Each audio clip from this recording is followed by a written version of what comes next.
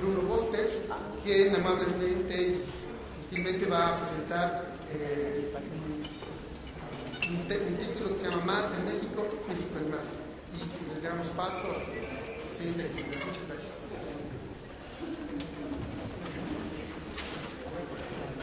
A ver, les damos, ¿no? De una vez.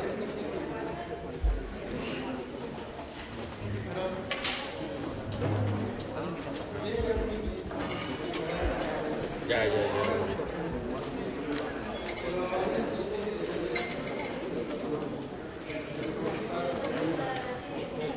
No sabe español. ¿No?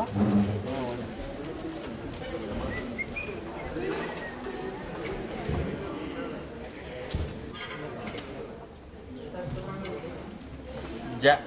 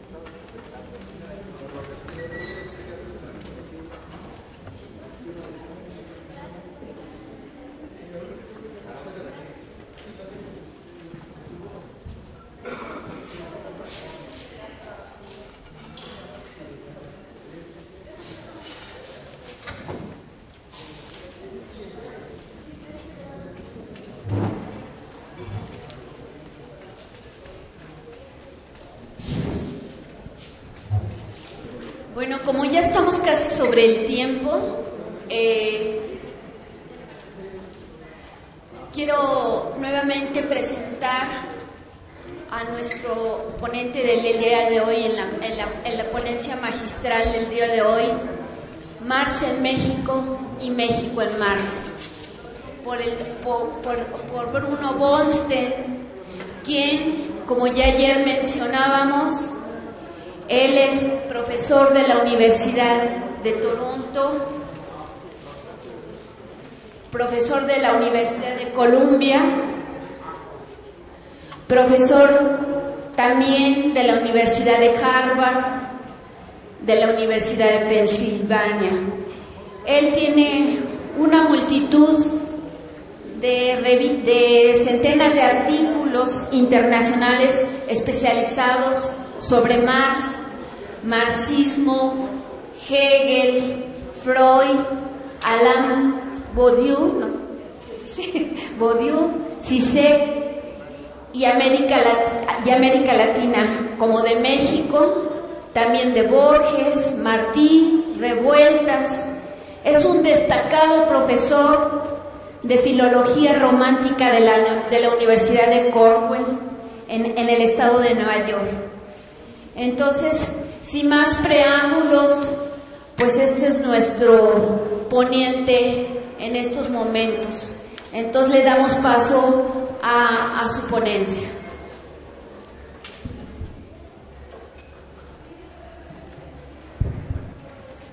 Muchas gracias.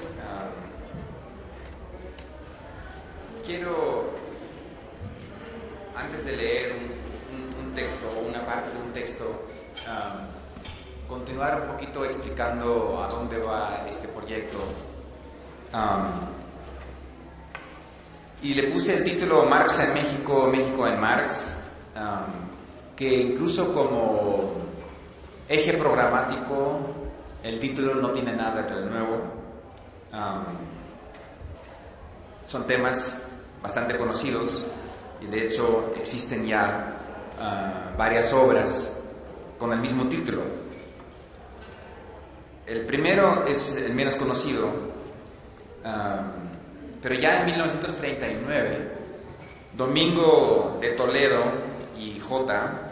Publicó un pequeño librito en el Fondo de Cultura Económica que se llama México en la obra de Marx y Engels, que hace un repaso de las pocas referencias que hay o que encontró tanto en las cartas como en los artículos periodísticos de Marx y Engels, llegando hasta el texto de Engels sobre el origen de la familia y del Estado,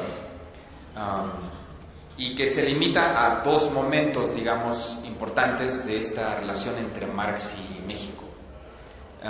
El primer momento, obviamente, la invasión de Estados Unidos en México, archiconocido por las referencias insultantes, problemáticas que hace Marx sobre los mexicanos en este contexto y cómo saluda la intervención de Estados Unidos.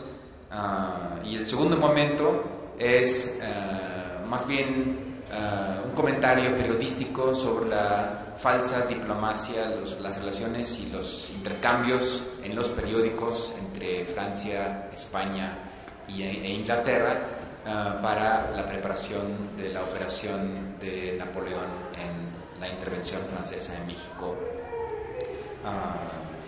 Domingo de Toledo no llega, obviamente, por la fecha en que publicó su antología, a incluir los textos de un tercer momento, una tercera etapa, que es la investigación de Marx en sus cuadernos etnológicos y algunas de las referencias que aparecen en los Grundrisse, que apenas en esos años, a finales de los años 30, principios de los 40, empezaron a diseminarse en las ediciones alemanas.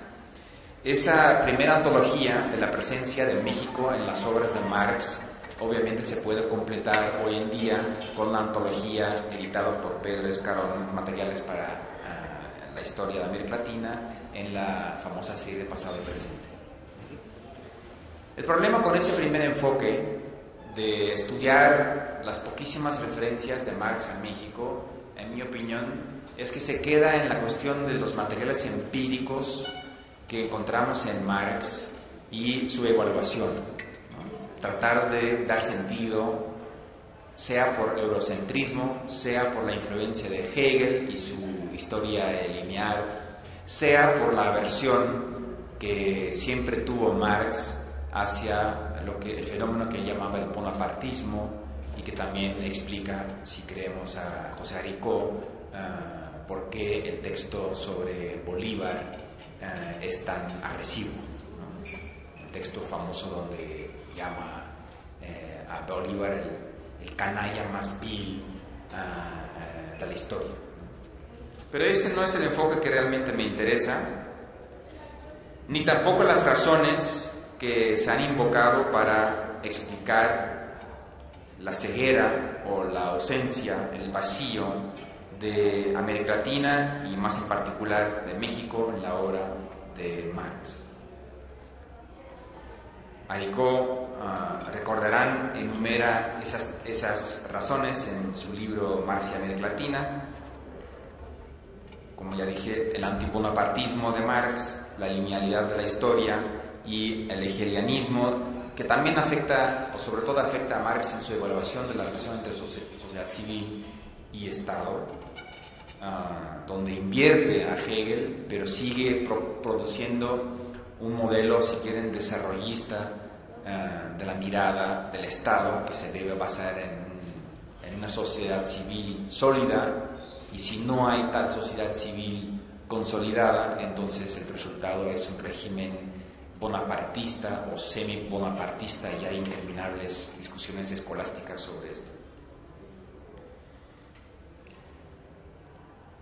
Tampoco quiero limitarme a elaborar las discusiones de los antropólogos y los etnólogos sobre los Grundrisse. Los trabajos que ya se han comentado y que un egresado y profesor de la INA, Jesús Monjaras Ruiz, enumera en un trabajo donde incluye los tres momentos de esta relación entre Marx y México, incluyendo también los textos etnográficos que después se publicarían en los cuadernos etnológicos de Lawrence Crater y en toda la discusión sobre el modo de producción asiática. Más bien me interesa el movimiento inverso, que es tratar de ver qué podemos decir cuando estudiamos Marx en México. Y dije que ese título tampoco es ninguna novedad mía, porque en el 72 se publicó un pequeño librito en siglo XXI de José Porfirio Miranda, que se llama Marx en México, subtítulo Plusvalía y Política, que se sitúa inmediatamente en la época posterior a la elección de Luis Echevarría, y que sí me parece ofrece un modelo más productivo para acercarse a esa cuestión de la relación entre Marx y México.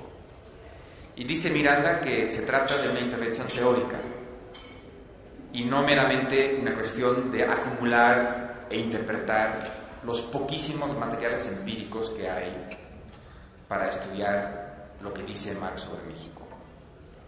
En particular, podríamos enumerar algunas de las propuestas de Miranda en esa elaboración teórica para la cual dice hay que volver a leer a Marx, pero no solamente los textos o las pocas frases donde se menciona México, sino, en su caso, en el caso de José Miranda, estudia el 18 Brumario, que según él es una excelente descripción del Estado mexicano después del 68, la guerra civil en Francia y, por supuesto, también El Capital, donde elabora una serie de hipótesis teóricas para explicar por qué hay un retraso o una deficiencia teórica del desarrollo del marxismo en México. Entonces, ya no se trata simplemente de volver a tematizar las preguntas sobre qué dijo Marx y qué quiso decir y por qué dijo cosas tan insultantes sobre México o sobre Bolívar, sino cómo podemos pensar desde Marx a México y, lo que añadiría yo, sobre todo en la presentación del jueves, cómo podemos pensar a México desde ciertos postulados de Marx que no están plenamente desarrollados, pero que nos pueden ofrecer una especie de fertilización mutua, ¿no?, entre Marx y México. Miranda propone, en mi opinión, dos innovaciones teóricas interesantes. La primera tiene que ver con la relación entre la infraestructura económica y la superestructura jurídica y política.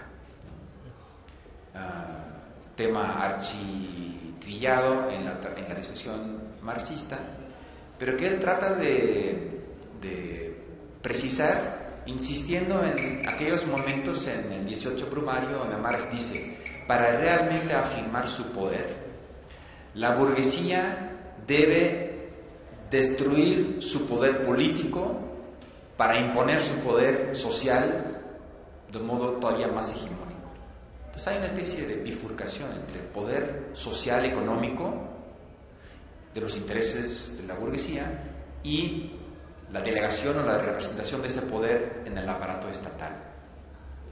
Dice Marx, la forma perfecta para que la burguesía imponga su poder es crear la ficción de que no está en el poder del Estado.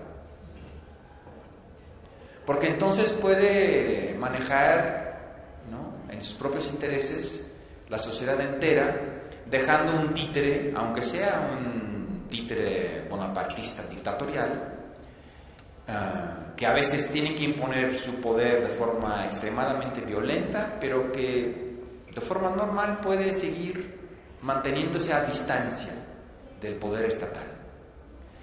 Esas frases del 18 Brumario, según José Miranda, sirven para entender lo que pasó bajo Echeverría, y es una forma para sugerir: no nos engañemos, el 1 de diciembre de 1970, como después obviamente se verá el 71 en Corpus Christi, no es un cambio con respecto al régimen de Díaz Ordaz. Las buenas intenciones, el acercamiento a los intelectuales, a los jóvenes después del 68 que se da bajo Luis Echeverría, no es un cambio real en la estructura del poder si entendemos esa disyunción entre poder social y el engaño de la ficción de un acercamiento a nivel o incluso de distancia con respecto al capitalismo a nivel del Estado. La segunda intervención teórica que propone Miranda, esta vez enfocándose sobre todo en El Capital, y en la cuestión de la acumulación primitiva es tratar de ampliar la mirada marxista sobre la cuestión del valor y la extracción de plusvalía del ámbito restringido de la producción para incluir también la circulación y la distribución. En ese sentido, se acerca mucho a lo que están haciendo los autonomistas en Italia, como comentaba ayer el compañero Jaime Ortega, que es tratar de entender cómo ese nuevo modo de producción postfordista o terciario, donde el trabajo inmaterial o los servicios también sirven para la extracción de plusvalía. Y no solo eso, volviendo a leer el capítulo sobre la llamada acumulación originaria o primitiva, José Miranda insiste que el origen del capital no proviene solamente del ámbito de la producción, sino de las nuevas necesidades de los mercados después de la conquista del Nuevo Mundo y la circulación de capital financiero, que en frases explícitas de Marx del Capital explica que hay que tomar en cuenta también la esfera de la circulación y de la distribución para entender no solamente la situación actual, contemporánea, sino también el origen, cómo pudo nacer el capitalismo en el proceso de acumulación primitiva.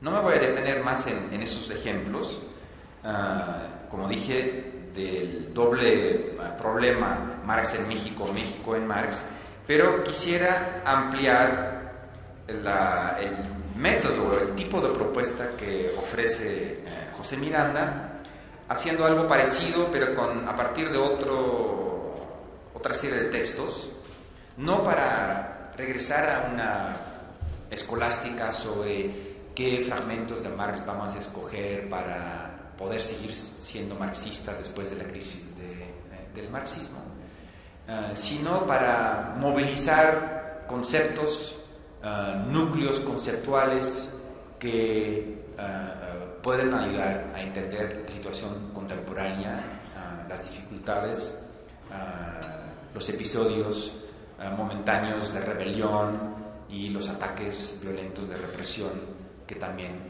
hemos estado viendo en México en los últimos años.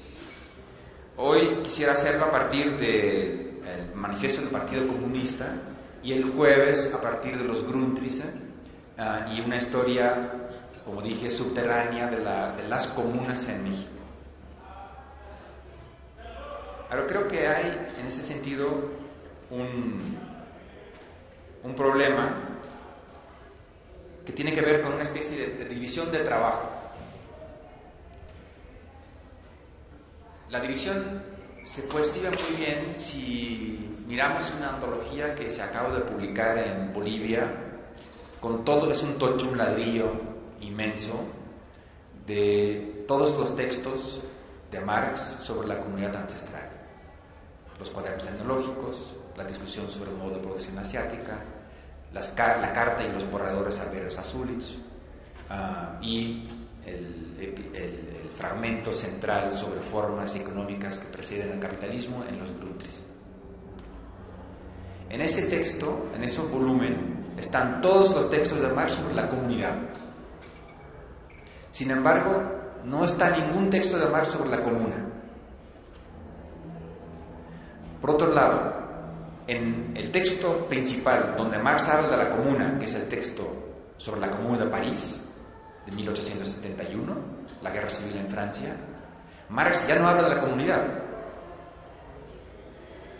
como si se hubiera olvidado de su temática que había discutido y que estaba discutiendo en esos mismos años en sus cuadernos etnológicos y después en la respuesta a los populistas rusos a través de la carta de Veros Azulich, sobre la relación entre comunidad y capitalismo, en la transición entre precapitalismo y capitalismo, ese proceso, ese circuito imposible donde se desgarra la comunidad y se impone el capital que después pretende que se ha creado a sí mismo.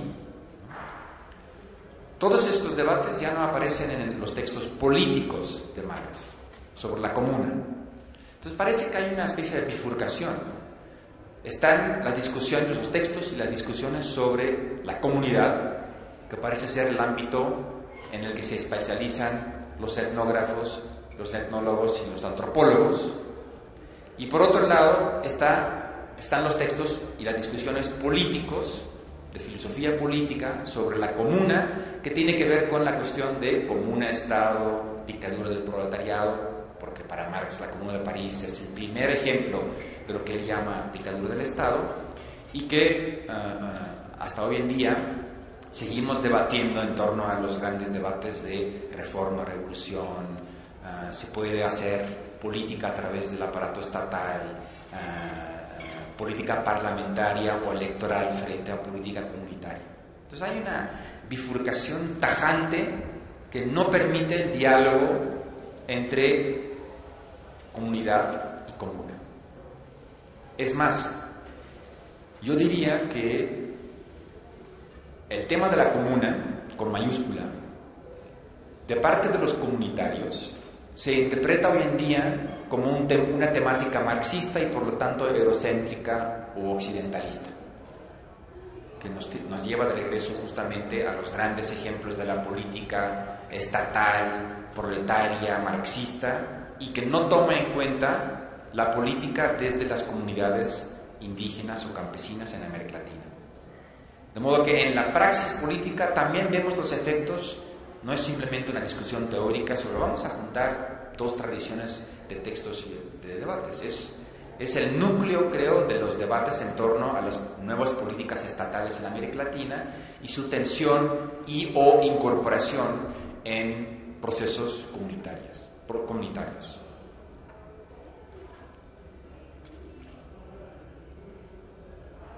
Y esa disyunción, creo, implica una revisión, una visita a estos textos de Marx para ver si hay atisbos de una articulación que podemos encontrar en Marx para también entender mejor la situación concreta, política, histórica de América Latina y de México hoy.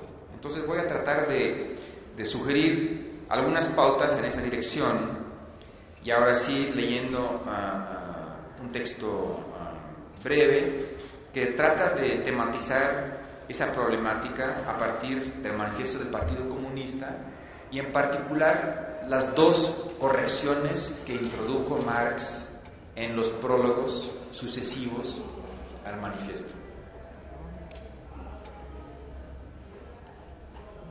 Sin duda, el manifiesto es un texto que nos sigue desafiando hasta esos días con proclamaciones contundentes, imágenes casi oníricas del avance mundializado del capitalismo, capaz, como escribe Marx y Engels, de destruir todas las relaciones feudales, patriarcales, idílicas, del mismo modo en que, y esa es otra cita igualmente famosa, las abigarradas ligaduras feudales que ataban al hombre a sus superiores naturales, las ha desgarrado sin piedad para no dejar subsistir otro vínculo entre los hombres que el frío interés, el cruel pago al contado. En una palabra, en lugar de la explotación velada por ilusiones religiosas y políticas, ha establecido una explotación abierta, descarada, directa y brutal.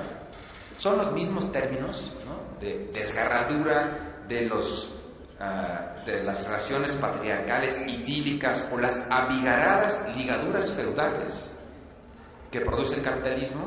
Son los mismos términos que volvemos a encontrar en los Grundrisse para hablar del efecto que causa el capitalismo en las comunidades originarias, ¿no? Desgarrar, divorciar, separar, aniquilar esos lazos, desligar los lazos. Me parece que el problema con algunas de las políticas comunitarias es que parecen querer regresar a la comunidad previa al capitalismo y muchas veces caen en idealizaciones idílicas o incluso abigarradas, para utilizar el término de René Zavaleta, de esa comunidad precapitalista, que obviamente no se puede recuperar o rescatar y mucho menos proteger como si fuera algo ya dado, que encontramos ahí, ¿no?, esperándonos, palpitando como una utopía una exterioridad y una anterioridad absoluta al régimen de explotación abierta, descarada, directa y brutal que ya lleva 500 años. Pero el manifiesto no solo nos ofrece un diagnóstico implacable de la destrucción que resulta de lo que Jorge Baraza llama las medidas geopolíticas del capital, primero a escala europea continental, que lleva a una crisis a mediados del siglo XIX, como podemos ver en el manifiesto, y luego con el redondeamiento de la globalización a escala mundial, cuyos efectos y cuya crisis estamos viviendo solamente hoy en día. El manifiesto no solo es un texto escrito con una intención férreamente crítica, también demuestra una fidelidad no menos ardiente y atenta hacia los acontecimientos que después de las convulsiones revolucionarias de 1848 sacudieron el continente europeo a lo largo de más de medio siglo, antes de verse integrado, ya entrado el siglo XX, en la visión oficial del comunismo soviético y sus posteriores deformaciones estalinistas.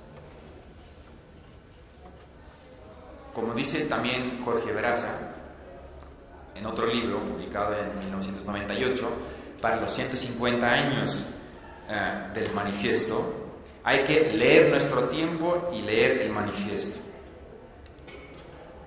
De hecho, se trata siempre de hacer ambas cosas a la vez. Es decir, no solo leer nuestro tiempo a partir del manifiesto y otros textos, sino también una y otra vez leer el manifiesto a partir de nuestro tiempo, ¿no? Es como una especie de ejercicio obligatorio, ¿no? Como la visita anual al médico, para cualquier lector comprometido con la promesa irrenunciable de la emancipación, ¿no? Por más utópica o espectral que parezca esta promesa hoy en día, ¿no? Mejor dicho, la lectura del manifiesto es como una tarea permanente, no para conmemorar una pieza del museo, sino para indagar en un texto que se abre ante nuestros ojos como una especie de caja de herramientas con distintos compartimentos, ¿no?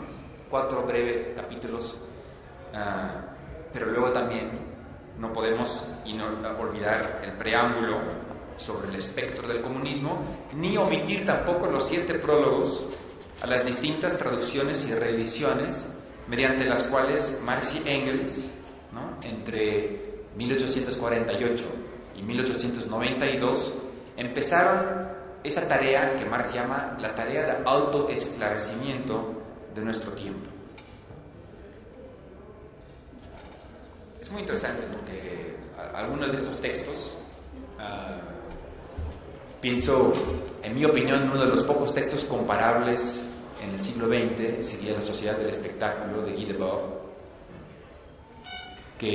cuyos autores, tanto Marx y Engels como Debord, en sus prólogos sucesivos para la reedición de su obra, se muestran sumamente arrogantes, ¿no? Dice Debord: yo no soy de los que me corrijo, porque todo lo que dije en el 67, hoy, en el 81, 82, es más verdad que en el 68. Entonces no tengo que cambiar nada porque ya está, y tuve razón ahí, todavía más, se ha integrado todavía más. Ya no hay división entre el modelo concentrado en la Unión Soviética y el modelo amplio de Estados Unidos, sino que ese modelo se ha integrado, ¿no? Y de la misma forma, Marx y Engels también afirman que básicamente no quieren cambiar nada del manifiesto, que tienen razón en todo, pero sí introducen 2 correcciones o 2 rectificaciones a las que me quiero referir, ¿no?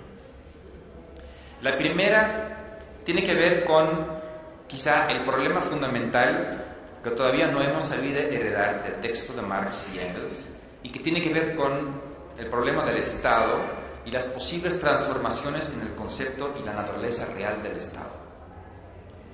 Y es con respecto a este punto neurálgico que Marx introduce una importante nota autocrítica al manifiesto en el nuevo prólogo que escribe en 1872, o sea, justo después de la Comuna de París de 1871. El filósofo francés Étienne Balibar en un texto de los años 70 que alguien como Álvaro García Linera solía citar mucho en sus trabajos desde la cárcel en los años 90. Solía citar en numerosas ocasiones esa corrección que la Comuna de París le obligó a Marx a introducir en el Manifiesto Comunista.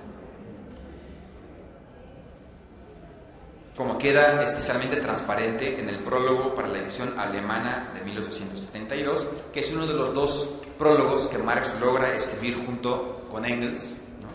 Mientras que Engels después tiene que encargarse de los otros 5 prólogos solo, ¿no? Después de la muerte de Marx. Y ahí dicen, y esa es la parte arrogante, ¿no? Aunque las condiciones hayan cambiado mucho en los últimos 25 años, los principios generales expuestos en este manifiesto siguen siendo hoy en su conjunto enteramente acertados. Sin embargo, los autores también admiten que el apartado con las medidas revolucionarias, ¿no? ¿Qué es lo que hay que hacer?, que se enumeran al final del capítulo 2, y cito, tendría que ser redactado hoy de distinta manera en más de un aspecto, sobre todo dadas las experiencias prácticas, primero, de la Revolución de Febrero de 1848, que todavía no había ocurrido cuando escribieron el manifiesto, que es de finales del 47, pero que se publicó en el 48, y después, en mayor grado aún, de la Comuna de París, que eleva por primera vez al proletariado durante 2 meses al poder político. Entonces, ¿cuál es esta rectificación? Según Etienne Balibar, la única que Marx y Engels pensaban que tenían que introducir al manifiesto después de la Comuna de París. Cito las palabras de los propios autores. La lección es la siguiente. La Comuna ha demostrado sobre todo que la clase obrera no puede simplemente tomar posesión de la máquina estatal existente y ponerla en marcha para sus propios fines. Es una cita, una autocita de Marx de su texto sobre la Comuna de París, en la guerra civil en Francia. Sin embargo, una lectura detallada del manifiesto, como la que ofrece Álvaro García Linera en un texto importante que se publicó en una antología que se llama El fantasma insomne, o en textos anteriores como Forma Valor y Forma Comunidad, nos obliga a concluir que las cosas no son exactamente así, o por lo menos no son tan sencillas. No es simplemente que Marx tuvo que introducir una rectificación y que cambió su opinión sobre la cuestión del Estado solamente en el 71-72. En primer lugar, conviene destacar que si miramos la totalidad de la obra de Marx, el supuesto viraje que se da después de 1871 realmente no es tal, y hay más bien continuidad a largo plazo. Incluso sobre la cuestión del Estado. Recientemente han salido muchos textos, incluyendo algunas notas de Enrique Dussel, en diálogo con un libro muy interesante del filósofo francés Miguel Abensour, que se llama La democracia contra el Estado, Marx y el movimiento maquiavélico, que vuelve a visitar textos del primer Marx, el Marx de 42-43, donde Marx pasa muy rápidamente de un elogio típicamente hegeliano del Estado como la culminación infinita de la sociedad civil y la familia, hacia una crítica de la teoría hegeliana del Estado y una defensa de la democracia en contra del Estado. Esa sería la verdadera democracia en contra del aparato del Estado. Entonces vemos que hay un Marx que cuestiona la centralidad del aparato del Estado o la posibilidad de tomar el Estado sin más, mucho antes de la Comuna de París. Pero además, y en segundo lugar, no solo los acontecimientos de la Comuna de París, sino también los ecos más lejanos de la cuestión de la comuna o la comunidad en general, son los que nos toca aprender a escuchar de nuevo si queremos medir la actualidad del manifiesto para nuestra época contemporánea. En ese sentido, basta decir, por ahora, que más aún que el prólogo a la edición de 1872 sobre la elección de la Comuna de París, es el prólogo a la edición rusa de 82, que también logró escribir todavía el propio Marx, el que me parece contener la lección fundamental para leer y entender también en México a nuestro tiempo desde el manifiesto.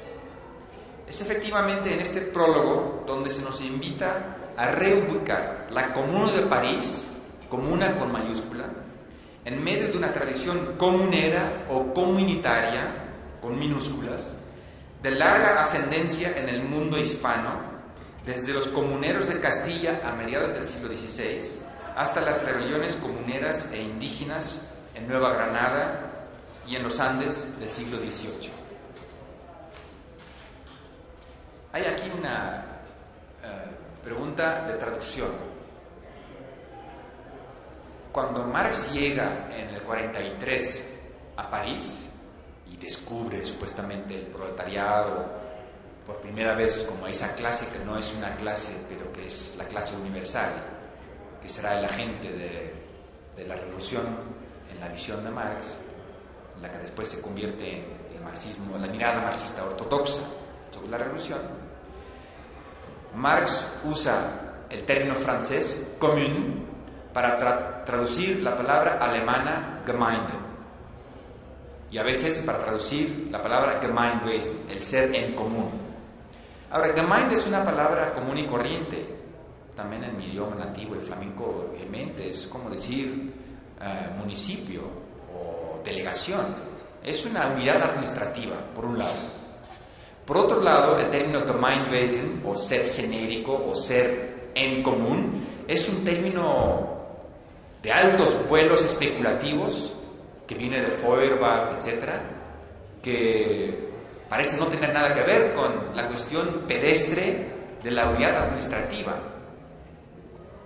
Pues esta pregunta técnica, si quieren, filológica, sobre cómo traducir estos términos, está en el centro de la discusión que quiero lanzar. Porque cuando la Comuna de París se llama comuna, es porque commune en París también es la unidad administrativa desde la cual se lanza la comuna.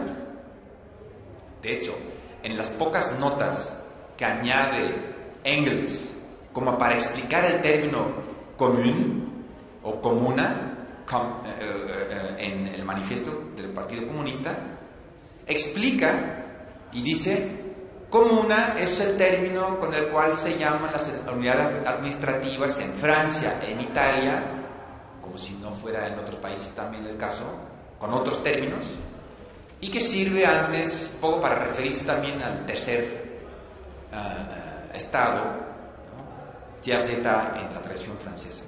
Y se olvida de la importancia de estos términos en otros contextos, en otras tradiciones, incluyendo en la tradición hispana, con la rebelión de los comuneros de Castilla en 1521, que por otro lado Marx conocía muy bien, porque en sus textos periodísticos había escrito sobre esa etapa en la historia de España. Curiosamente, es otra nota para los filólogos como yo. Quisiera hacer una pequeña defensa incluso de la filología, ¿no? Que es simplemente el estudio de la lengua y de la literatura, ¿no? Facultad de Filosofía y Letras, digamos, letras de donde yo me formé se llamaba filología, germánica, románica, clásica, etc. Pero Antonio Gramsci, que también se llamaba a sí mismo un filólogo, dice: en su esencia la filología solamente es el estudio de los hechos en su particularidad. Es decir, no las grandes teorías, sino a través de la literatura y de la lengua, estudiar las particularidades. Hoy el término de moda sería más bien las singularidades de una situación concreta. En ese sentido es muy importante entender esos términos, y Marx en sus estudios antropológicos y etnológicos era muy consciente de la importancia. ¿Cómo se llama la unidad del pueblo, del municipio, de la Macht en alemán, o de la Gemeinde, o de la gens entre los romanos, de una tribu? ¿Cuáles son las diferencias entre estos términos para denominar entes colectivos? Tribu, comuna, comunidad, gens, banda, grupo, partido, son términos para hablar de la subjetividad colectiva que van variando histórica y políticamente, y es importante entenderlo. Curiosamente, hay un efecto en la otra dirección. Cuando hace unos pocos años se tradujeron unos textos de Álvaro García Linera al francés en un libro que se llama Para una política de la igualdad, se incluyeron también los fragmentos sobre la comunidad agraria o originaria de José Carlos Mariátegui, como para contextualizar los textos de García Linera. Y curiosamente, cuando Mariátegui dice comunidad, lo volvieron a traducir en francés como commune y no como comité, no. Entonces yo creo que es muy importante tratar de entender ese deslizamiento entre la comunidad como una supuesta entidad étnica, cultural, etnográfica o antropológica, y la comuna como una forma de construcción de colectividad, de una colectividad que no existe previa a ese proceso político. A eso quiero referirme, y creo que la poca corrección o el deslizamiento en las traducciones del alemán al francés, del francés al inglés, del inglés o del alemán al español y viceversa, es muy importante tomar en cuenta. Porque si simplemente hablamos de la Comuna de París, por mayúscula, entonces ya no sabemos cómo entender esa tradición de políticas de la comuna o de las comunas en España o en América Latina, que Marx sí conocía muy bien y que no vincula con la cuestión que trata en la Guerra Civil en Francia. Engels, como dije, en una nota de la edición inglesa de 1888, siente la necesidad de explicar el término para los ingleses que no entienden, ¿no? Y dice: comunas se llamaban en Francia las ciudades nacientes todavía antes de arrancar a sus amos y señores feudales la autonomía local y los derechos políticos como tercer estado. Y en otra nota, para otra edición, escribe Engels sobre las comunas. Así denominaban los habitantes de las ciudades de Italia y Francia a sus comunidades urbanas, una vez comprados o arrancados a sus señores feudales los primeros derechos de autonomía. Aquí, entre paréntesis, entendemos posiblemente una de las razones por las cuales Marx y Engels no quieren mencionar el ejemplo español de los comuneros de Castilla, porque las comunas son las nuevas unidades administrativas, es el nombre de esas nuevas unidades administrativas antes de que se denomine tiers état, tercer estado, que son los actores de la Revolución Francesa, pero en ese sentido es una denominación burguesa de la unidad de los bürgers, ¿no? de los civiles, como en Bürgerliche Gesellschaft, ¿no? Que de hecho habría que traducir no solamente como sociedad civil, sino como sociedad burguesa. Es la sociedad de los burgueses, de los burgos, de los nuevos pueblos autonomizados que se oponen a la aristocracia y que se rebelan en Castilla en el siglo XVI. Y en ese sentido, para Marx, la Comuna de Castilla no es un buen ejemplo histórico para invocar, porque es simplemente una etapa anterior de la rebelión de los burgueses en contra del feudalismo, en contra de la monarquía. En ese sentido, no sirve como la forma política finalmente encontrada para la emancipación de los productores por los propios productores, que es como describe después la Comuna de París. Pero de este modo, ya no hay mención de la Comuna de Castilla, ni de los comuneros de Nueva Granada, ni de la rebelión coetánea de Túpac Amaru en el Perú. Pero sí podemos observar, a partir de 1870, en el trabajo de Marx y Engels, elementos de un acercamiento histórico y político más amplio a estas otras comunas, que son anteriores a la Comuna de París y que quizá hoy, en términos de potencia emancipatoria, trascienden y son más importantes contienen lecciones más importantes para el futuro, un futuro todavía impredecible, que la Comuna de París. De hecho, cuando escriben su prólogo a la edición rusa de 1882, Marx y Engels ya están resumiendo una investigación de largo plazo que se inició mucho tiempo antes de la famosa carta con sus borradores a Vera Zasulich, como podemos observar en los apartados centrales de los Grundrisse, en 55, 58, curiosamente son las investigaciones que coinciden con los trabajos periodísticos y enciclopédicos de Marx, ¿no? Trabajos que lo llevaban a estudiar mucho sobre la historia de la conquista de México o del imperio incaico, y que se ven incluidos en el apartado sobre las formas económicas que preceden al capitalismo, en una sección traducida y publicada en inglés y en español como un pequeño libro al cuidado de Eric Hobsbawm, y que quizá en América Latina, para el marxismo latinoamericano, es el texto fundamental, pero donde, como dije antes, no se habla de la comuna como forma de producción política. Por supuesto, ya casi nadie en Europa habla de estas cuestiones, sobre la desgarradura o el divorcio, ¿no? Entscheidung, siempre son términos muy moralinos, como si el ideal fuera mantenerse en el matrimonio. Pero divorcio quizá no es la mejor traducción para división, desgarradura, decisión, en el sentido de dividir, ¿no? Desligar la comunidad. La comuna o la comunidad agraria, también llamada originaria o primitiva o ancestral, como presuposición histórica sin la cual no hubiera sido posible el devenir mundo del capital, ¿no? O sea, los grandes marxistas,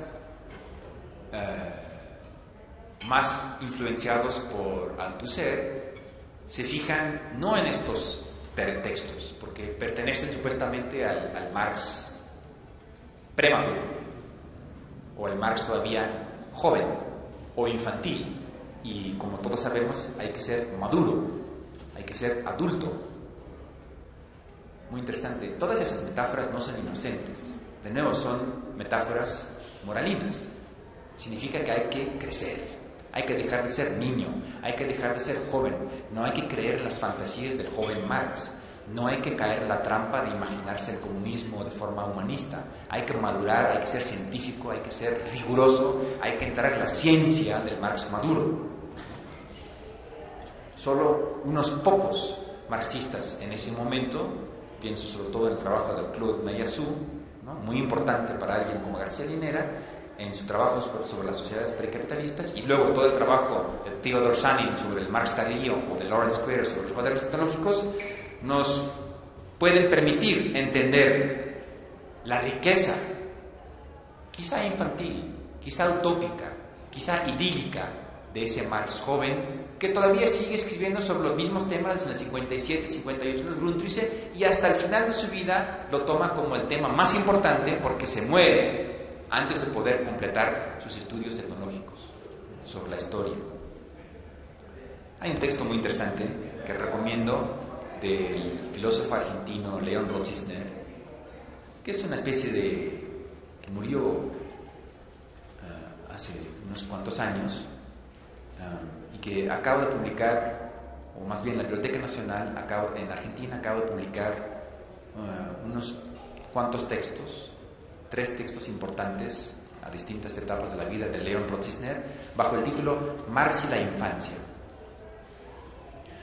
Porque eso del Marx maduro o adulto, científico, riguroso, frente al Marx juvenil, infantil, humanista, hegeliano, tiene mucho que ver con la cancelación de la energía utópica, que tiene que ver con la etapa de la infancia.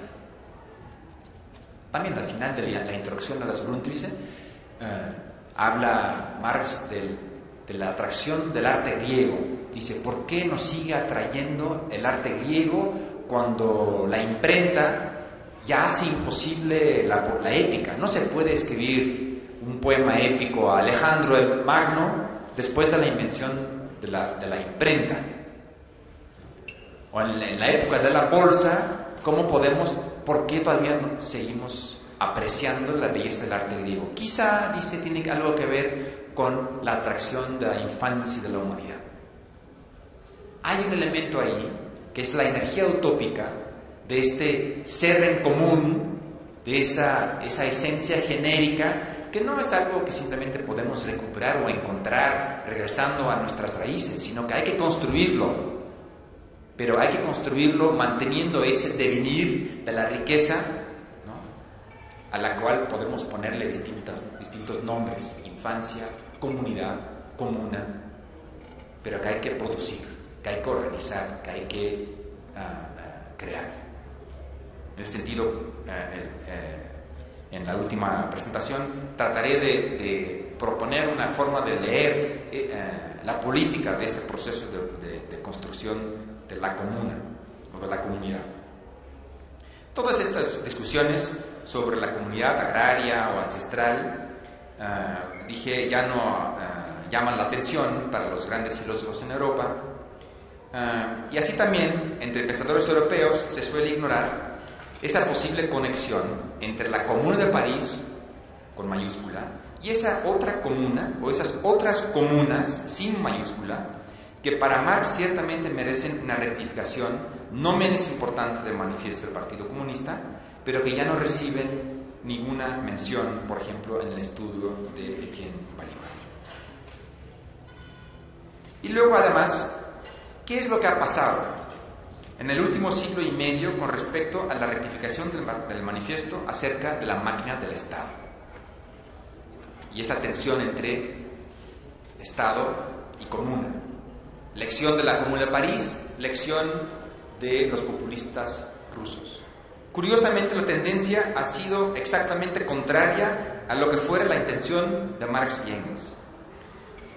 Al fin y al cabo, para el autor de la Guerra Civil en Francia, que se autocita en el prólogo que ya mencioné, la Comuna de París, por más breve que fuera la experiencia y por más violenta que fuera su pronta represión por las fuerzas de la reacción, representa nada menos que la realización de la dictadura del proletariado. Por ejemplo, en el apartado sobre las medidas revolucionarias, Marx y Engels, en la versión original, habían dicho: el proletariado se valdrá de su dominación política para ir arrancando gradualmente a la burguesía todo el capital, para centralizar todos los instrumentos de producción en manos del Estado, es decir, del proletariado organizado como clase dominante. O sea, clásica y ortodoxa versión sobre la toma del poder, la centralización del poder, que es como se suele leer vulgarmente la noción de dictadura. Pero después de la experiencia de la Comuna de París, empiezan a entrever cómo esta centralización del poder en manos del Estado debe considerarse más bien parte de un proceso más amplio que debería hacer funcionar al Estado como no Estado. Ahora, es muy diferente lo que se ha hecho con esta rectificación a lo largo del siglo XX y más aún, digo, a principios del siglo XXI. Porque la gente ha ido acentuando el aspecto del no Estado a expensas del poder político en manos del Estado, no solo burgués, sino también, y quizá con mayor razón, cuando se llama comunista, socialista o socialista del siglo XXI, como en el caso de los estados de la llamada María Rosada en América Latina.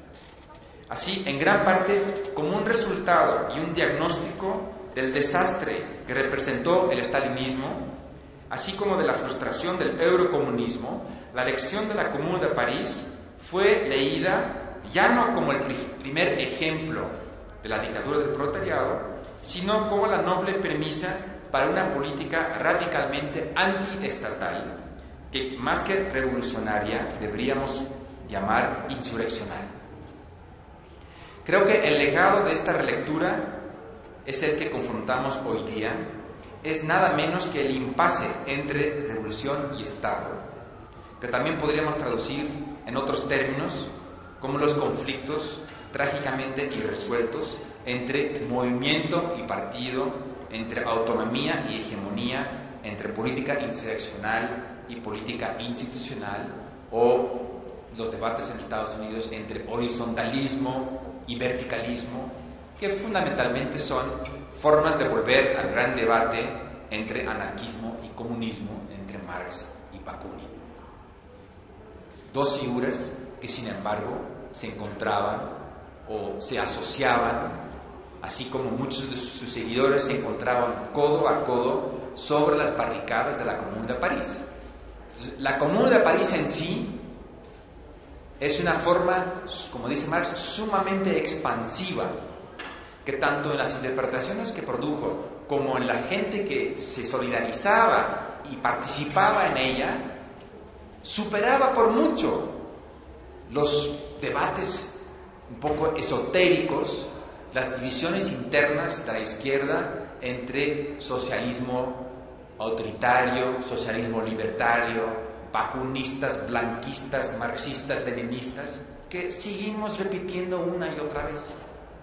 Que sea con respecto a Chiapas, que sea con respecto a Syriza en Grecia o Podemos en España, si son reformistas, si son socialdemócratas, si son estatalistas, si hay un nuevo estatocentrismo también en América Latina, en Bolivia, Venezuela o Ecuador, y si tenemos que replegarnos y desarrollar lo comunitario.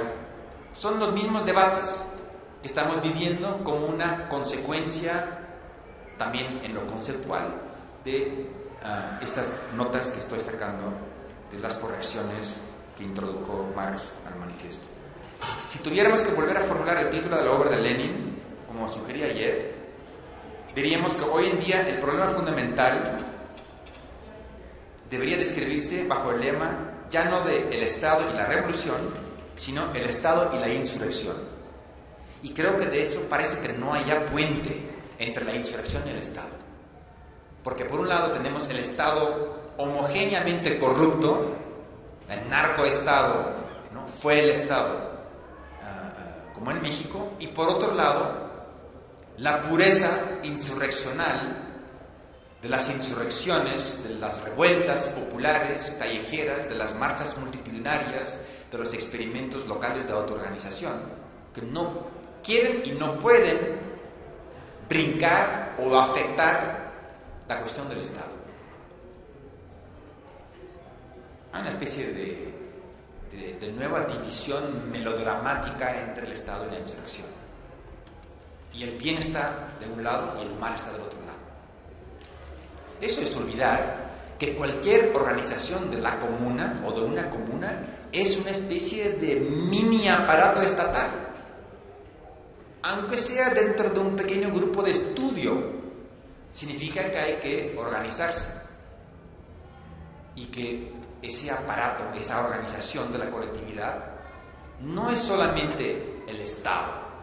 Fue el Estado ahí fuera, como si no fuéramos parte del Estado, como si el Estado y la única fuente de poder del Estado somos nosotros, aunque lo deleguemos solamente a la hora de votar, cada 4, cada 6 años según el país. Por eso, no solamente fue el Estado, pero el Estado también somos nosotros. Y la escuela de Ayotzinapa también es una producción del Estado. Y es una producción dentro del Estado que en algunas opiniones se descarriló, en otras opiniones todavía contiene el potencial de poder cambiar el Estado desde dentro. Si separamos esos polos, estamos en realidad ayudando el poder hegemónico del momento, separando esos sectores o esas fuerzas sociales y políticas. Y creo que eso es un poco el estado, la situación en la que vivimos hoy. En efecto, el predominio del modelo insurreccional, que explica también por qué se alzan en todas partes del mundo otra vez las banderas rojinegras y no solamente rojas, y por qué el anarcocomunismo es la gran síntesis y la comuna, la gran forma que, a pesar de sus broncas, los leninistas y los anarquistas sí se juntan para crear la comuna de Oaxaca o la comuna de Oakland en Estados Unidos. aquí es un chiste, pero un amigo marxista-leninista decía que en el campamento en Boston, cuando hacían Occupy Boston, ¿no? Como paralelo a Occupy Wall Street, en el campamento con las tiendas, ¿no?, que estaban instalados en Boston, que había muchos anarquistas. Decía, los anarquistas no saben qué hacer, pero son tan buenos. Si hay un marxista-leninista que les dice lo que tienen que hacer, los que sí vienen a todas las marchas y se organizan son los anarquistas. Entonces hay una colaboración casi natural, ¿no? Bueno, ese es un chiste, pero contiene su elemento de verdad, de que hay que tratar de pensar entonces más allá de las divisiones internas de la izquierda, que es la causa de tantas autoderrotas, como se decía ayer, ¿no? Cuando alguien dijo Ayotzinapa no hubiera sido posible a menos que sin esas autoderrotas de la izquierda. Creo que tiene mucho que ver con esa absoluta bifurcación de la pureza del momento insurreccional, la revuelta popular callejera, que es un momento de explosión breve y puede tomar muchas formas. Puede tomar la forma del saqueo, puede tomar la forma de la protesta antirrepresiva, porque mataron a otro periodista o porque mataron a otro estudiante o a otro ciudadano negro en Estados Unidos. Y en general esas protestas no duran. Se metamorfosean en protesta moral de defensa, digamos, de la vida, y se olvidan las divisiones políticas que hay. Pero las divisiones políticas tampoco nos deberían llevar a proteger solamente este momento de fervor insurreccional y rechazar cualquier otra propuesta como reformismo socialdemócrata, porque entonces seguimos en la división Estado, insurrección. Y ahora entonces Estado también incluye toda la parafernalia de la discusión leninista sobre la toma del poder, como la gran equivocación de la izquierda, que imaginaba que podía y debía cambiar el mundo tomando el poder.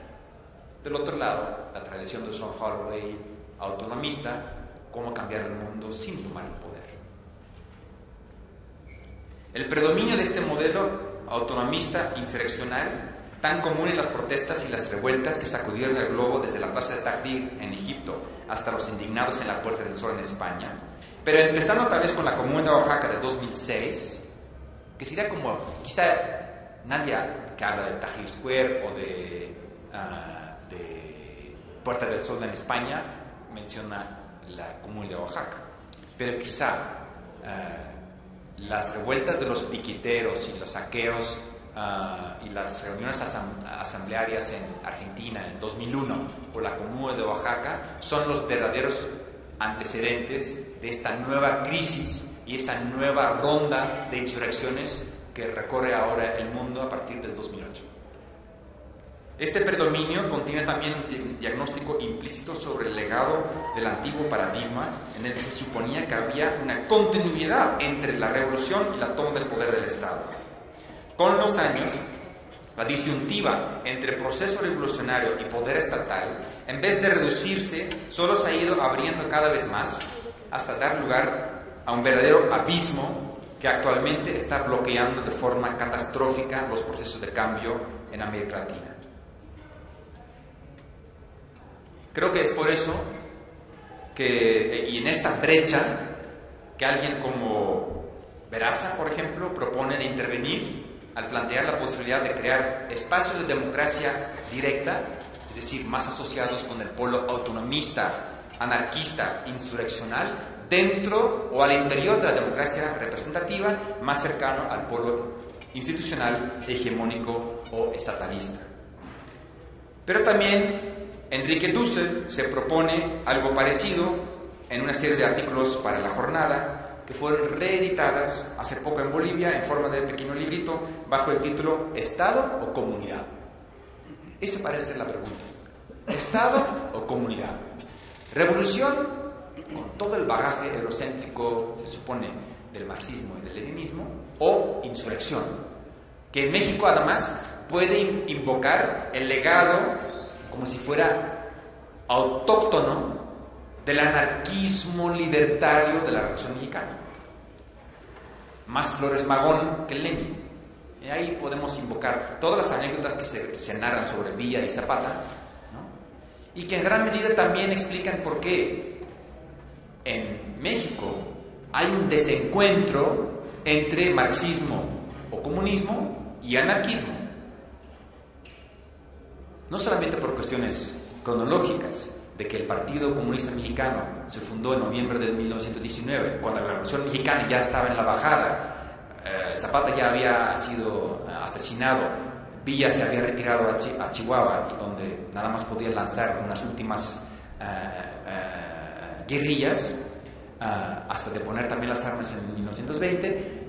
Entonces, cuando surge el Partido Comunista Mexicano, ya está en declive el proceso revolucionario. Pero además hay razones internas que explican por qué en México se rechaza la noción de marxismo, de comunismo al estilo europeo, como si fuera un libreto extranjero que no aplica, porque aquí surge una especie de, ¿no? Es el mito que José Revueltas, en su ensayo sobre un proletariado sin cabeza, llama el mito de la ideología espontánea que sale del final, ¿no? de un rifle, y no de un libreto escrito de antemano que deberíamos ir a leer, ¿no? En los textos del manifiesto del Partido Comunista, que ya habían sido traducidos, etcétera, aquí en México en los años 1880, y que está más cercano entonces a algunos textos de Flores Magón o a Kropotkin o a Bakunin, y que de todos modos Zapata se dedicaba a burlarse muy sarcásticamente, ¿no? Como cuando dice a su secretario Serafín Robles: sí, he leído algunos de los libros que me pasaste, los puse en la silla de mi caballo, son muy interesantes, está todo muy bonito, pero no nos toca a nosotros hacer esta revolución proletaria, esto es para otra gente, ¿no? Porque aquí somos nosotros los pobres los que hacemos la revolución. Entonces, en México, esa división, esa disyuntiva Estado-comunidad también tiene que ver con una disyuntiva entre comunismo y anarquismo. Y se nota en el trabajo de los historiadores. Hay una división de trabajo extremadamente clara entre los historiadores de la Revolución Mexicana y los historiadores del comunismo en México. Taibo, Barry Carr, ¿no? Sobre la influencia de la Cominterna en México, Trotsky, el Partido Comunista, la historia institucional del Partido Comunista hasta el 68, hasta incluso Perestroika, etc. Por un lado, que parece no tener nada que ver con la historia de la Revolución Mexicana. De nuevo, no hay diálogo, no hay encuentro, así como no hay encuentro entre los antropólogos que estudian la comunidad y los politólogos que estudian la Comuna de París, o la cuestión del Estado. En esas crónicas que mencioné en el librito Estado y Comunidad, Dussel también propone una serie de mediaciones para superar la falsa disyuntiva entre representación y participación, o entre Estado federal y comunidad política, como son, por ejemplo, no solamente los líderes, sino también las asambleas, los comités de base, los grupos de estudio, los talleres colectivos.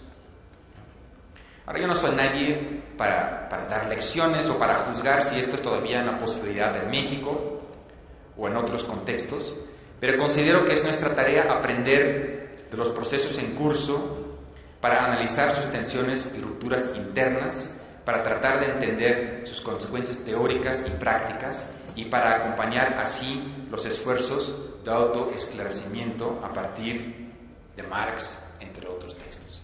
Muchas gracias.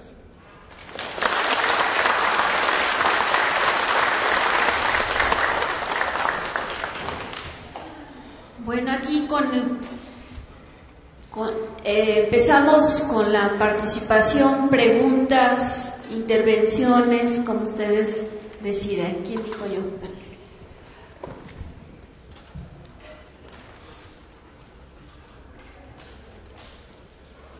Bueno, ¿nadie más? Vamos, la dejamos abierta. Empieza Miguel Ángel Adame.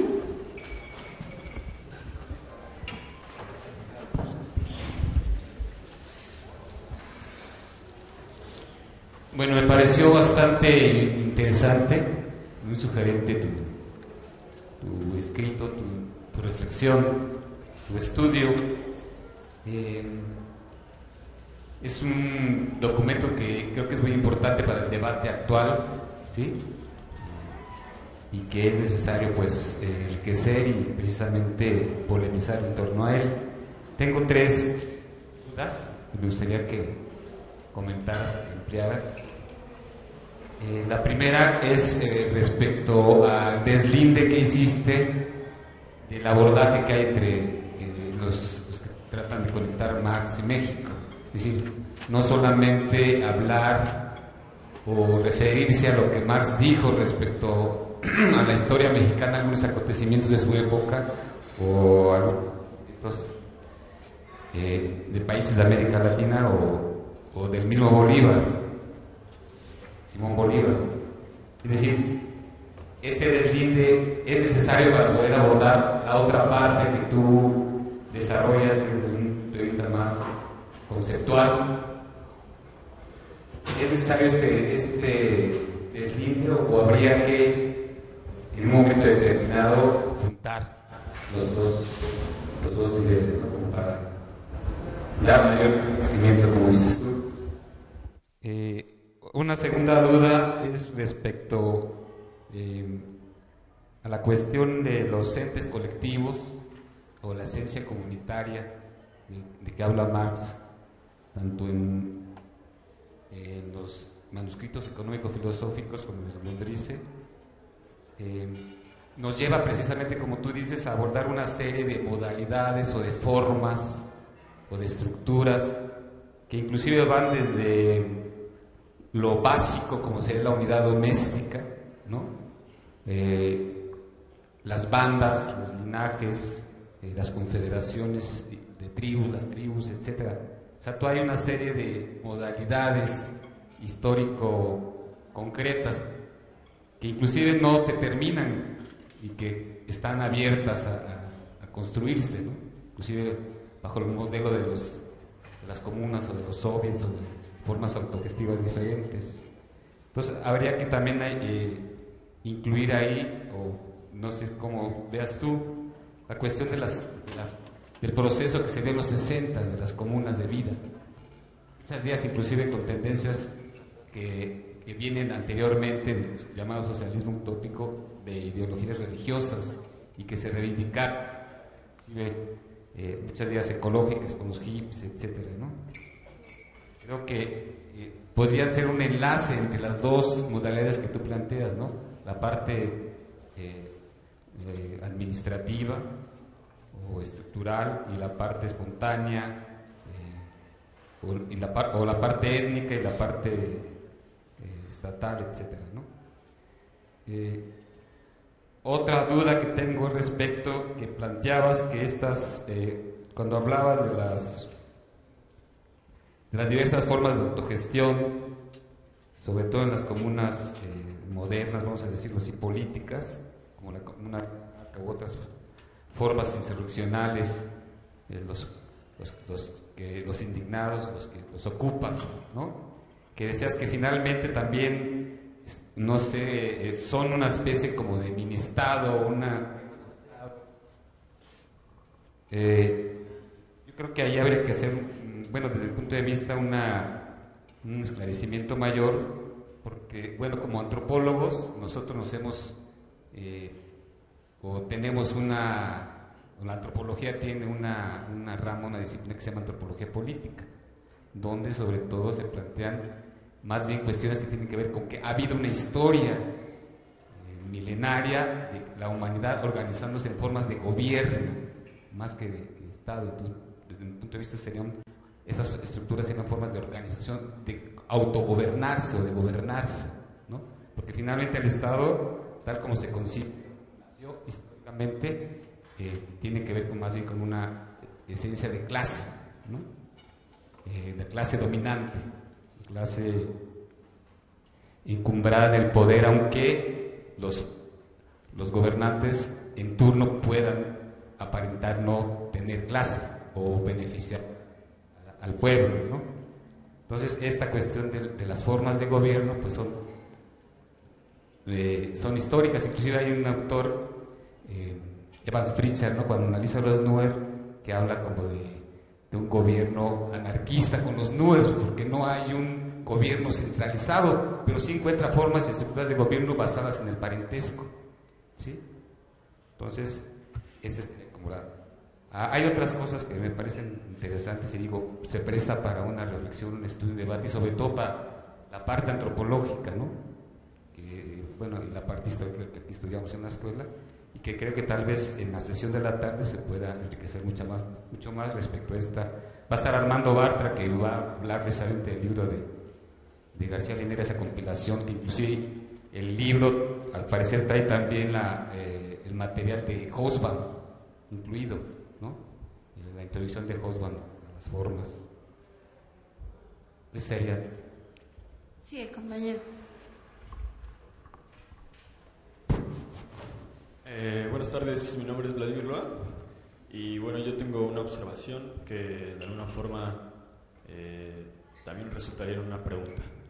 Es con respecto a este punto que tú trabajas entre insurrección, como que en el presente contexto se aparta mucho de la toma del poder y que de alguna forma yo lo entiendo como más bien un movimiento más coyuntural que un proyecto de transformación social radical. Entonces, tú tomas de ejemplo el caso de Ayotzinapa con una de las denuncias que para mí me parecen centrales en la consigna de "Fue el Estado". En la consigna de "Fue el Estado" tú concibes que ese señalamiento como que se olvida de la definición del Estado y se plantea como, tú lo dices, moral, el Estado malo y quizás una comunidad o una autogestión o algo un poco más pequeño sería lo bueno. Yo creo que aunque quizás en esta consigna no hay una definición un poco más clara o el adjetivo de "fue el Estado burgués", quizás, yo creo que la naturaleza de quien emite esa denuncia, que principalmente es el señalamiento de las víctimas y los compañeros de esas víctimas y los familiares de esas víctimas, es pues cuál es su naturaleza. Y creo que su naturaleza como campesinos, o también ellos reivindicándose como proletarios en la FEXUM, cosa que es como la organización de las normales rurales. Yo creo que sí hay una concepción de tener una noción bien definida de lo que es el Estado, en el sentido de un Estado, como tú lo llamas, como un narcoestado. A mí me gusta también el término de Buscaglia, en el que hace referencia a esta asociación ya con la delincuencia organizada como la delincuencia organizada, bueno, ahorita se me fue, pero, o sea, que sí hay un concepto que remite cuando ya el Estado va más allá de la retórica y es evidente cómo tiene vínculos con los crímenes, con el crimen organizado, ¿no? Esa sería la distinción: delincuencia organizada, crimen organizado. El crimen organizado ya trae implícito el Estado y a la delincuencia. Entonces, el señalamiento al ejército, el señalamiento a los mandos superiores, creo que es lo que trae consigo la definición de la gente de Ayotzinapa y todos los que también lo compartimos.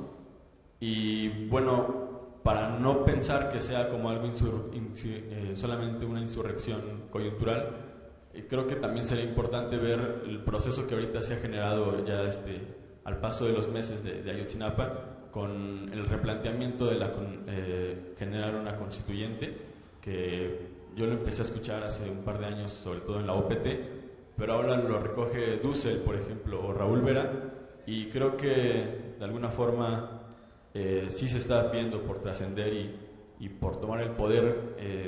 Creo que sí, desde luego no se ha mencionado tal cual como el Estado, pero sí, sí cambiar a estos sujetos, en toda la legitimidad de los partidos, la legitimidad de los secretarios. Y bueno, no sé si alguien más quiera.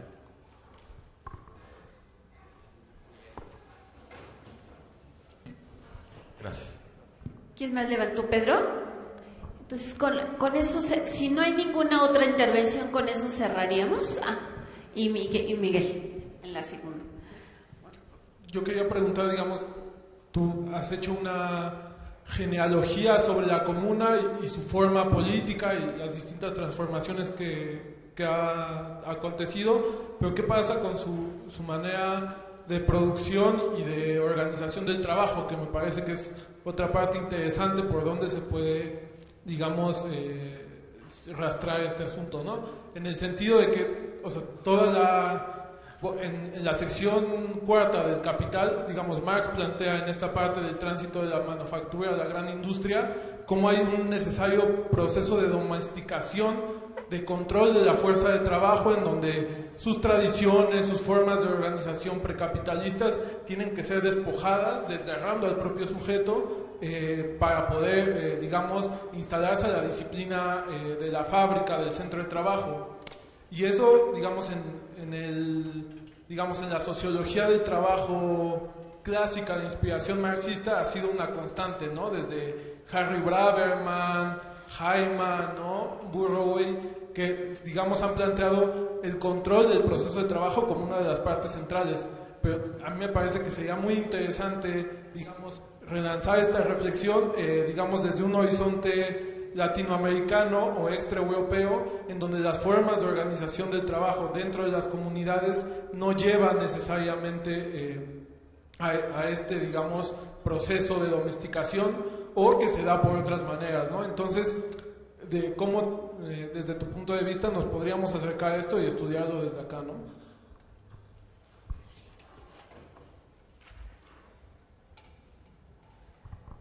Hola. Bueno, a mí me parece igual que el día de ayer, me parece que la reflexión que haces, Bruno, es como de largo aliento, justamente es como una genealogía muy interesante. Te felicito, me parece que que habrá que seguir, ¿no?, las consecuencias de esta revisión. Yo en realidad tengo un breve comentario muy en la línea de la que hace Miguel Ángel, fuera, digamos, un poquito, desmarcándome un poquito de la discusión propiamente marxista y de los conceptos marxistas, sino un poco desde la antropología, y quizás problematizar de ahí esta idea de comunidad, ¿no? Me parece que das al clavo, o me parece muy lúcida, ¿no?, la interpretación de no pensar como dicotomías el Estado y la insurgencia, ¿no? O la comunidad versus la comuna, ¿no? Como si la comuna no fuera una especie de forma de organización, ¿no?, como si no tuviera elementos de regulación, ¿no?, de normatividad, ¿no?, para autoorganizarse, y que de alguna manera producen, sino un Estado, una forma de organización como los que tienen las comunidades.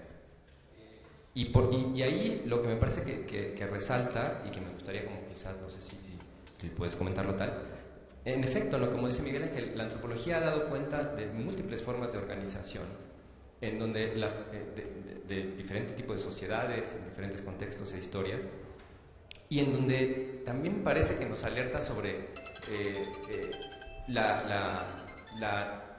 la imposibilidad de una pureza tanto de la idea de comuna como de la idea de comunidad. Hay una especie como de pensamiento de que la comuna es esta forma política que no existe sino posterior a su conciencia política, y la comunidad es una cosa estable sin conciencia política que sigue y que no se transforma. Y eso no es cierto, ¿no? Las comunidades, las formas de organización tribal, precapitalistas, llámales como quieras, pero ahí sí, utilizando el término de moda, las singularidades culturales se transforman todo el tiempo. Quizás no son revoluciones o transformaciones o insurgencias como las pensamos desde Occidente y desde este lenguaje construido a partir de la lógica revolucionaria, pero las formas de organización tradicional no son estables, como el Estado tampoco es homogéneo, como lo mencionabas ayer, ¿no? O sea, las comunidades se transforman, ¿no?, sin necesidad quizás de hacer uso de estas ideas de insurgencia y transformación completa. Hay una especie de inestabilidad en el proceso social mismo de las comunidades, ¿no? Entonces, esta contaminación de la idea de comuna como forma de y la idea de comunidad como forma estática, ¿no?, me parece que habrá que deconstruirla, ¿no?, y que tú anuncias un punto muy interesante de deshacer esta dicotomía, ¿no? O no pensarla como como una disyuntiva, pero quizás me gustaría, sí puedes comentar algo más al respecto, ¿no? Sí, Miguel Ángel.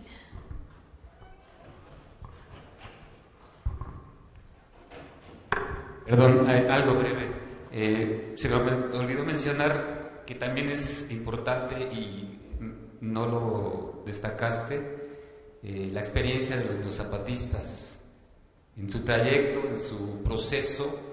Singularmente es interesante porque al principio parecía que estaban buscando formas de conexión entre estas dos modalidades que tú señalas y que después parece ser que se fue perdiendo, se fue confundiendo, no sé, algo pasa ahí, pero lo interesante es que ese proceso aún no termina, a diferencia de la comuna de Oaxaca, que como dices tú, generalmente este tipo de acontecimientos se desvanecen o se transforman. La experiencia de los zapatistas todavía está vigente y parece que está buscando, ¿no? Y sobre todo vinculado a la cuestión de Ayotzinapa, y en estos procesos parece que hay líneas o venas comunicativas, ¿no? Entonces, esto. Sí, muchas gracias por los comentarios que realmente más que, bueno, levantan muchas preguntas, pero también me sirven. Estoy fundamentalmente de acuerdo con las puntualizaciones que implican, ¿no? Yo también creo que es útil combinar los trabajos. Cuando yo me deslindé de la pregunta sobre lo que dijo Marx sobre México, no era para minimizarlo ni para sugerir tampoco que efectivamente espero, incluyendo en reuniones como hoy, ¿no? Y las otras pláticas que van a seguir en la tarde sobre Marx y la cuestión de lo comunitario, creo que no solamente en algún momento determinado, sino ya ahora en este proyecto mi intento es combinar lo que se ha dicho en la antropología sobre formas de gobierno, sobre la dinámica transformadora también que ocurre dentro de las comunidades, lo que pudo haber dicho o intuitivamente visto Marx al respecto, lo que han dicho gente en la línea del marxismo sobre el asunto, y tratar de vincularlo con la cuestión más política, ¿no? Y también con la actualidad. Entonces, el deslinde era nada más un poco una especie de estrategia para presentar la parte de los materiales que estoy presentando ahora, pero yo veo un diálogo, una interlocución constante entre estas temáticas. Sobre la cuestión de las modalidades o formas concretas, ¿no? de la constitución de colectividades, desde lo básico hacia las tribus, comunidades. Efectivamente, y sé que también lo has trabajado mucho, Miguel, las comunas de vida o contracultura, etcétera, de los años 60 y 70, que también en Estados Unidos han sido sumamente importantes, ¿no? Ofrecen una especie de puente, ¿no? entre esas formas y esas temáticas. En cuanto a la autogestión, cuando dije que el Estado o las comunas también contienen una forma de Estado, enteramente de acuerdo que hay que historicizar concretamente el origen de lo que entendemos como Estado moderno, y no confundirlo como formas de gobierno, o lo que Pedro estaba llamando como formas de organizarse, de incluso normatividades, y a veces jerarquías, ¿no? Porque tampoco se trata de idealizar la comunidad originaria, ¿no? Y formas de violencia, y formas de explotación, y formas de discriminación, ¿no? Que es parte un poco de este proyecto, pero por otro lado creo que también esa misma tarea se excluye o se evita en las tendencias autonomistas extremas que vemos hoy, porque entonces ahí sí me parece que el Estado es el gran malo, ¿no?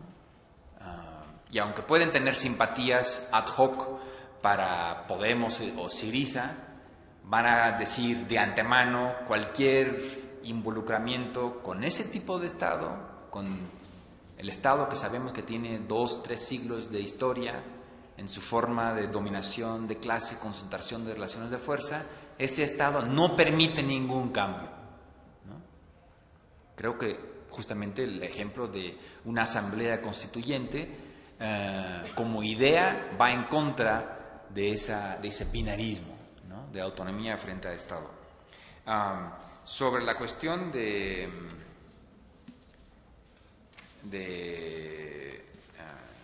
las formas de producción y las formas de organización del trabajo,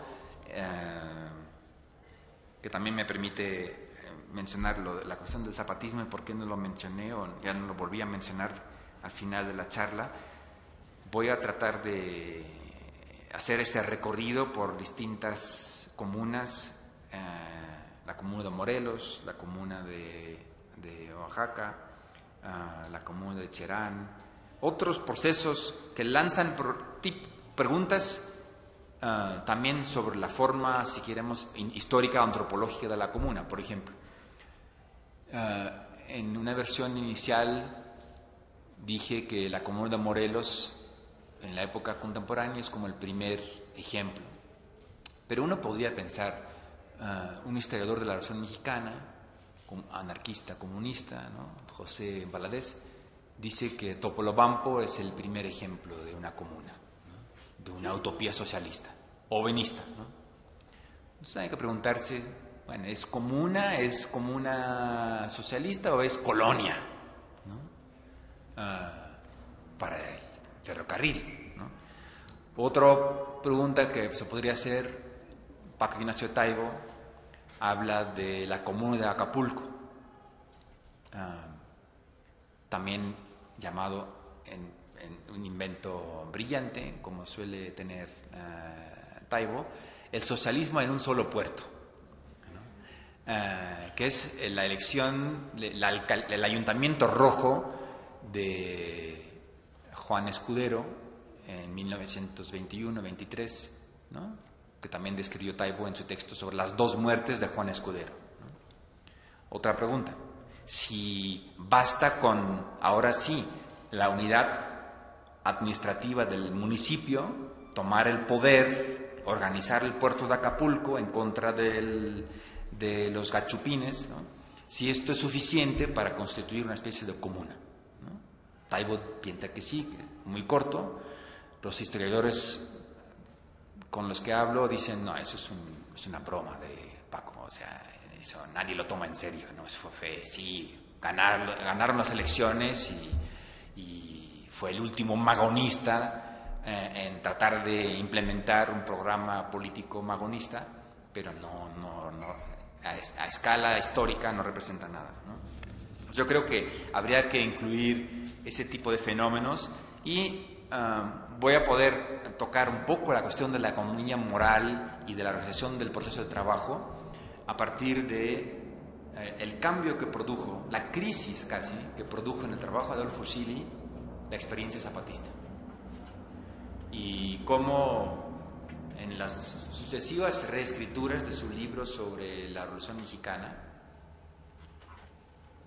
cuando en 93, 94 escribe su libro sobre el cardenismo, que parece sugerir que el Estado puede ser el origen o el motor de una removilización de esta energía revolucionaria, una especie de colectivización, pero también incorporación en el Estado, quizá para producir algo que García Linera hoy en día está llamando Estado integral, que para muchos suena como un horror.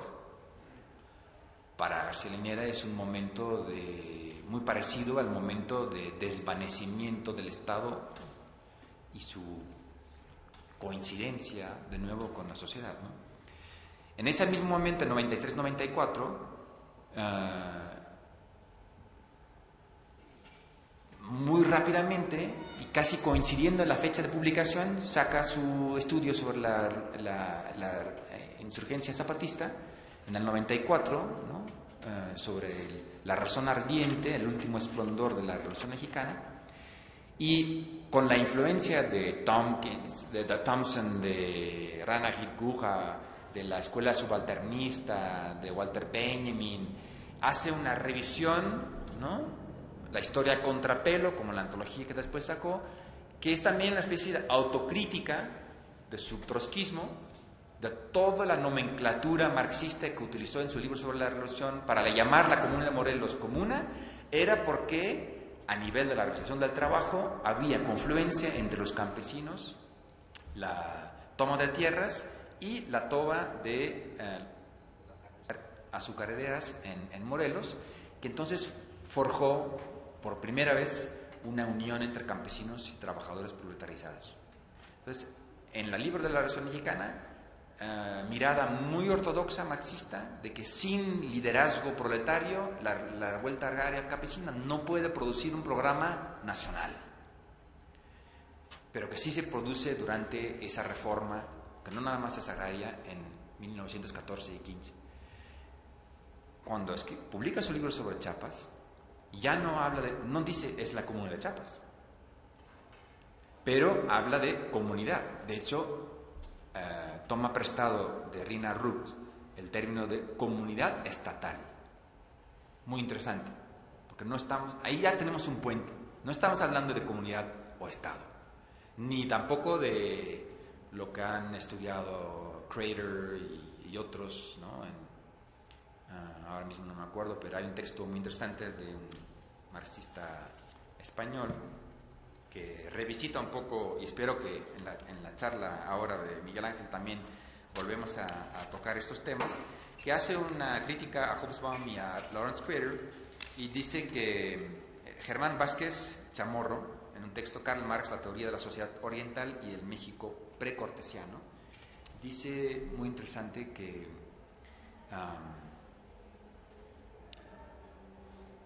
hay que entender que Marx no confunde los incas con los aztecas, y que el cambio entre comuna-estado, ¿no? a estado-comuna o comunidad, que sería el cambio de la comunidad originaria o primaria a la comunidad secundaria, ya resultado de invasiones militares,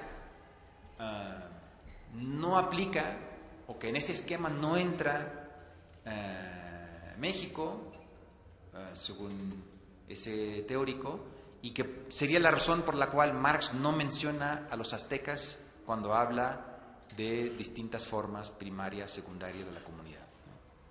Entonces yo creo que eso es muy importante,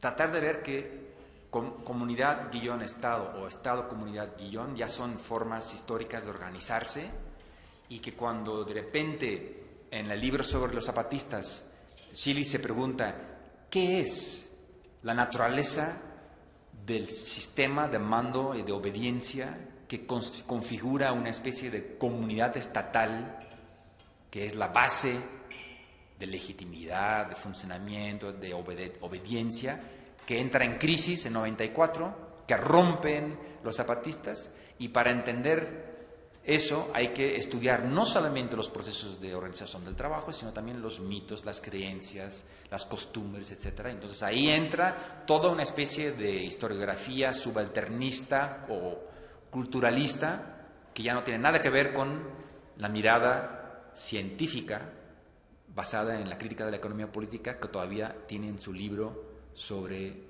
la Revolución Mexicana.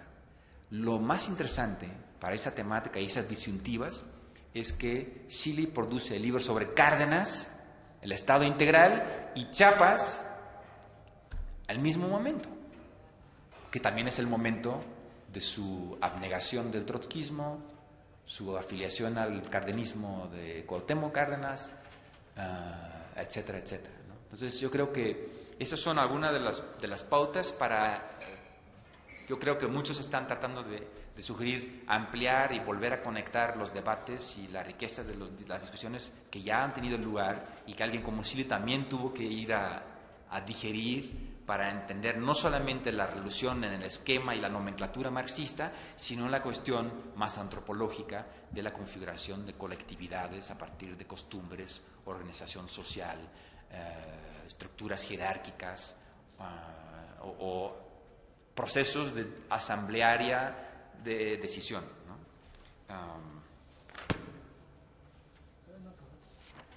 ¿Qué otras preguntas había? Creo que...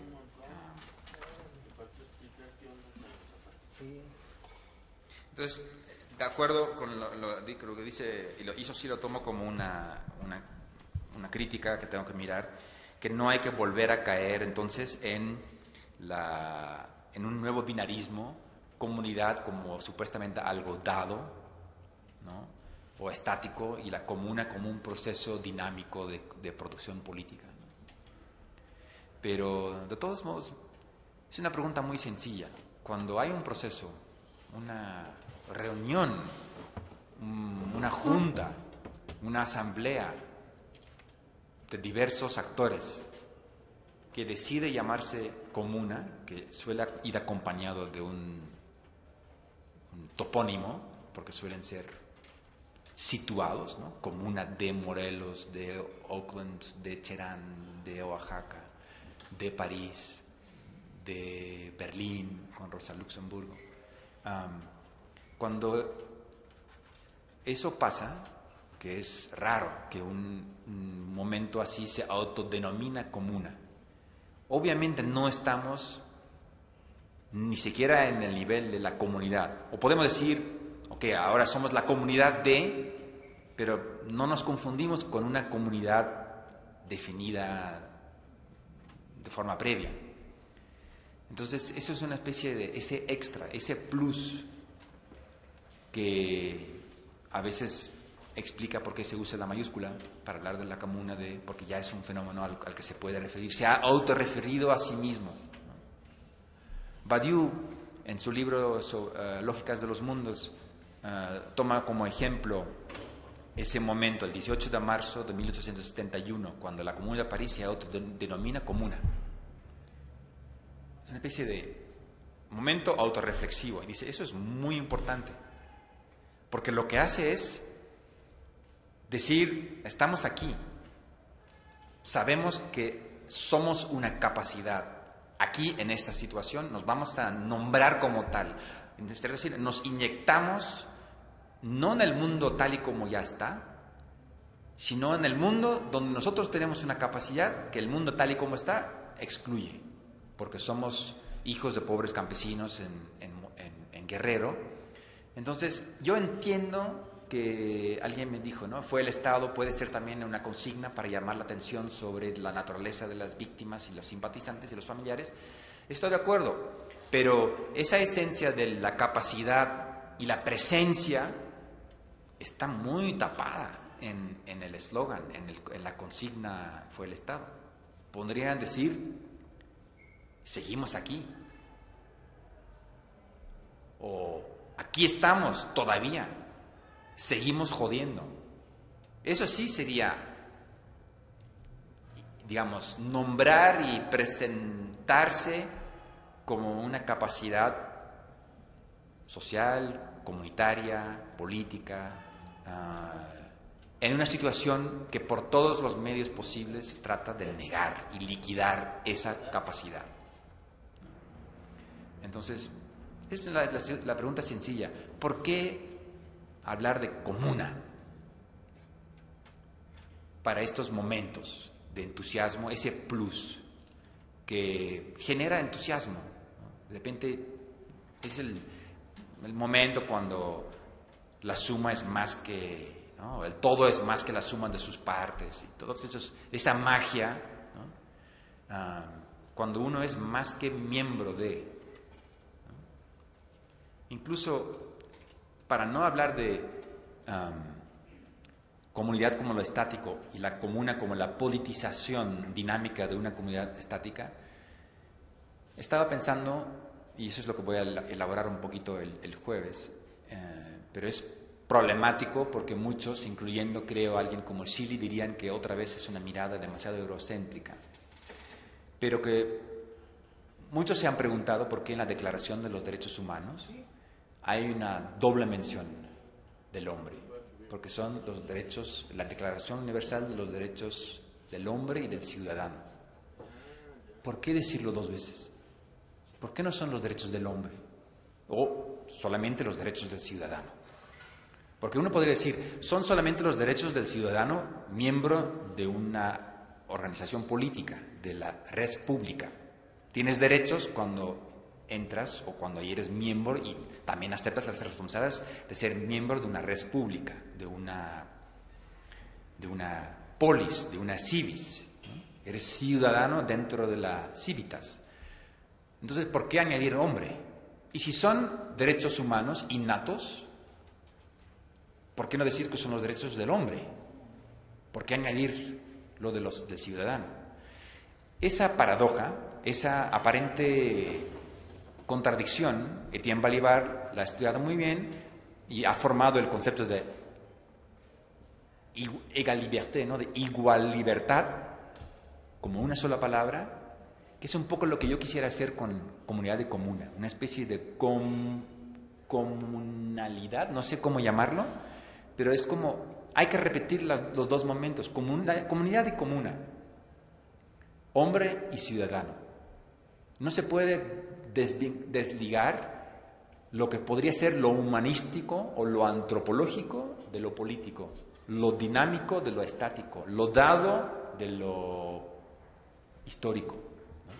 Sino que es una especie de espiral donde el sentimiento de la comunidad se nutre de esas transformaciones permanentes que a veces pueden tomar la forma de una especie de rebelión o de comuna, y donde la comuna siempre tiene que ir unida a la movilización de esa energía comunitaria, incluyendo el momento cuando logra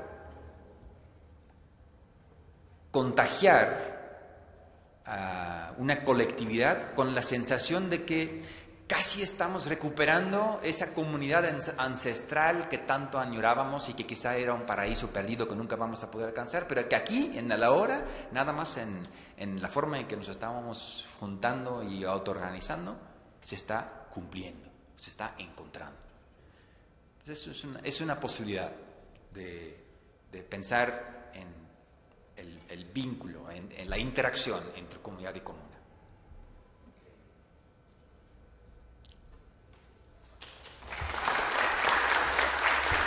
Les agradecemos su presencia y los esperamos en la tarde. Si tienen su programa,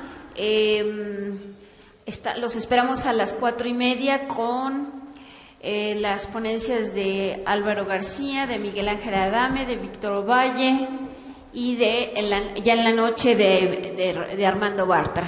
Gracias a todos, gracias a Bruno.